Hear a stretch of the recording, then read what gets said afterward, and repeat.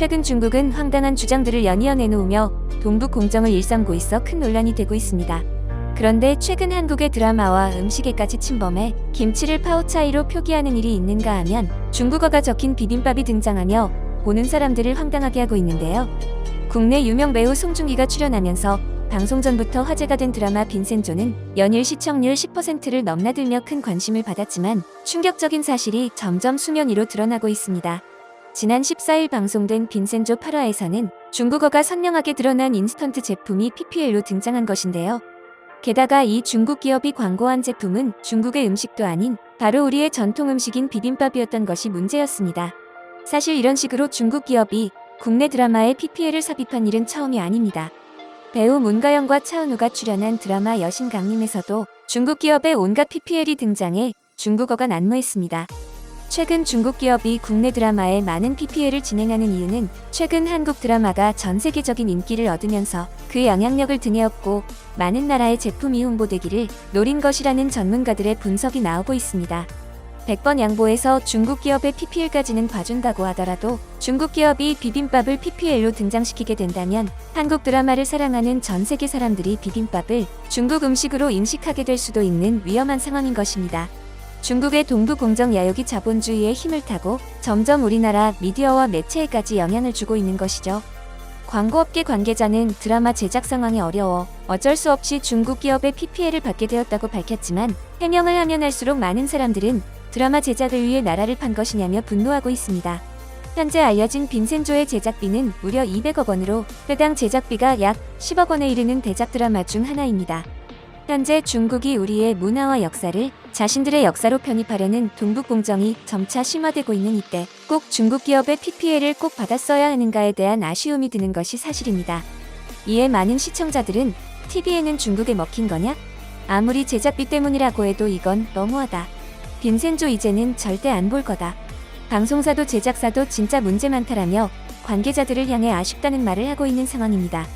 이미 알려진 것처럼 현재 중국은 김치, 한복, 판소리 등 우리의 전통 문화와 더불어 국내 유명 연예인들까지 중국인이라며 억지 주장을 펼치고 있습니다. 심지어 중국 정부는 자국의 식품안전 국가표준 제도에 김치 관련 제품을 파우차이로 표기하도록 강제하고 있으며 이 규칙을 따르지 않는다면 중국 현지에서의 판매 및 사업 등은 제한되도록 강경한 조치를 취하고 있습니다. 이에 최근 CJB 비고에서는 김치만두에 김치를 파우차이라고 표기하여 팔아 엄청난 질타를 맞았습니다. 중국으로 김치를 수출하는 우리 기업들도 울며 겨자 먹기로 김치를 파우차이라며 표기를 바꿔 수출하고 있는 상황이죠.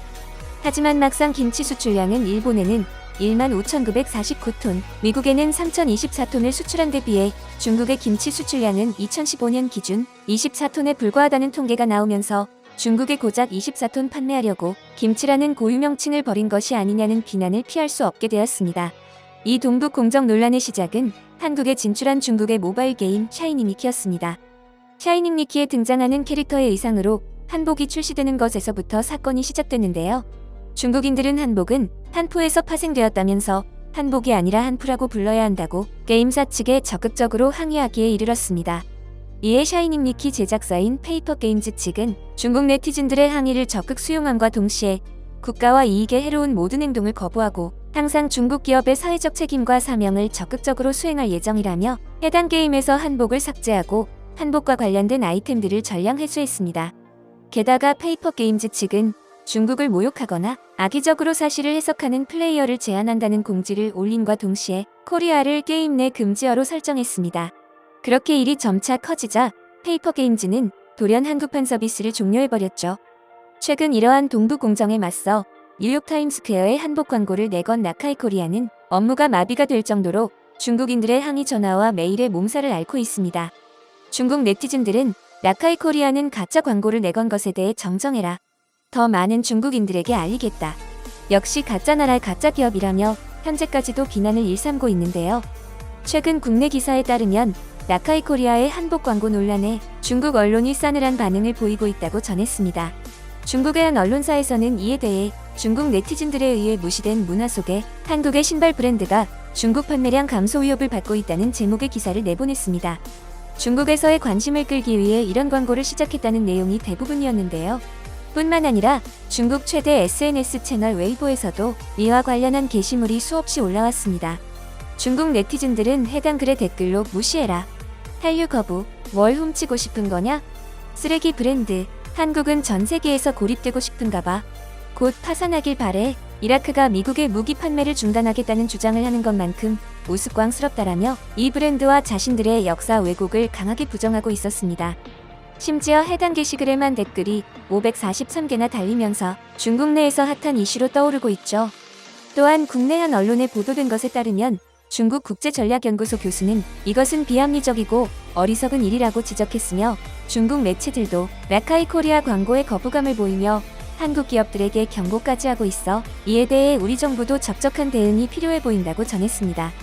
중국이 이토록 분노하는 이유는 한국에서만이 아닌 전 세계에 한복이 한국 것임이 알려졌기 때문입니다. 라카이 코리아는 한국에서 운영 중인 기업으로 그 기업의 영향력을 마땅한 곳에 사용한 것이고 그 광고에서는 오로지 사실만을 전달한 것입니다.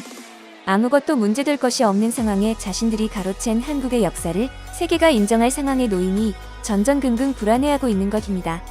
라카이 코리아는 단순히 기업으로서 마땅히 받아야 할 비판이라면 감수하는 것이 당연하지만 우리의 숭고한 역사와 문화까지 언급하며 논리 없는 비난을 하고 있는 것에 대해서는 중국 네티즌들에게 경고하고 있습니다. 라카이 코리아는 우리의 것을 우리 것이라 칭하는 것은 너무나도 당연한 일이지만 오히려 우리 문화와 음식이 우리 것이라고 알려야 한다는 현실이 매우 통탄스럽다고 전하며 이와 더불어 라카이 코리아는 중국에 판매되고 있는 모든 상품을 내림과 동시에 중국이 동부 공정을 멈추고 왜곡되어 있는 사실을 정정할 때까지 중국 판매를 무기한 중단할 것이라는 초강수를 둔 것입니다. 수많은 기업들은 수익을 올리기 위해 중국이라는 큰 시장에 진출하고 있습니다. 중국 시장은 날이 갈수록 커지고 있고 이에 다른 대기업에서도 중국 진출의 기회만 엿보고 있는 상황에 라카이 코리아는 다른 기업들과는 반대로 중국 판매를 중단하겠다고 밝힌 것입니다. 사실 기업은 이익을 위해 존재하는 만큼 중국 판매 중단을 선언하기까지 쉽지 않은 결정이 있었을 것입니다. 그리고 더욱 더 역사를 담은 디자인 상품들을 계속적으로 출시하며 그들의 반응에 두렵지 않다는 듯 기존에 해오던 것처럼 꾸준하게 역사를 알리고 있습니다. 일제강점기 당시 우리 민족이 마음껏 흔들지 못했던 태극기를 일상생활에서 마음껏 드러내고 다닐 수 있도록 무궁화, 태극문양, 훈민정음 등 한국적인 전통을 활용해 트렌디하게 디자인된 각종 라벨텍부터 핸드폰 케이스까지 다양한 상품이 출시되었죠. 또한 각인이라는 단어의 의미답게 많은 사람들의 기억 속에 우리의 아픈 역사를 각인시키고자 출시된 모던하고 힙한 디자인의 목걸이와 팔찌는 많은 사람들의 이목을 끌고 있습니다. 최근 중국 기업이 국내 방송사에 1,000억을 투자하고 각종 국내 드라마에 PPL을 넣는 등 점차 중국 기업이 국내 미디어 산업에 손을 뻗고 있습니다.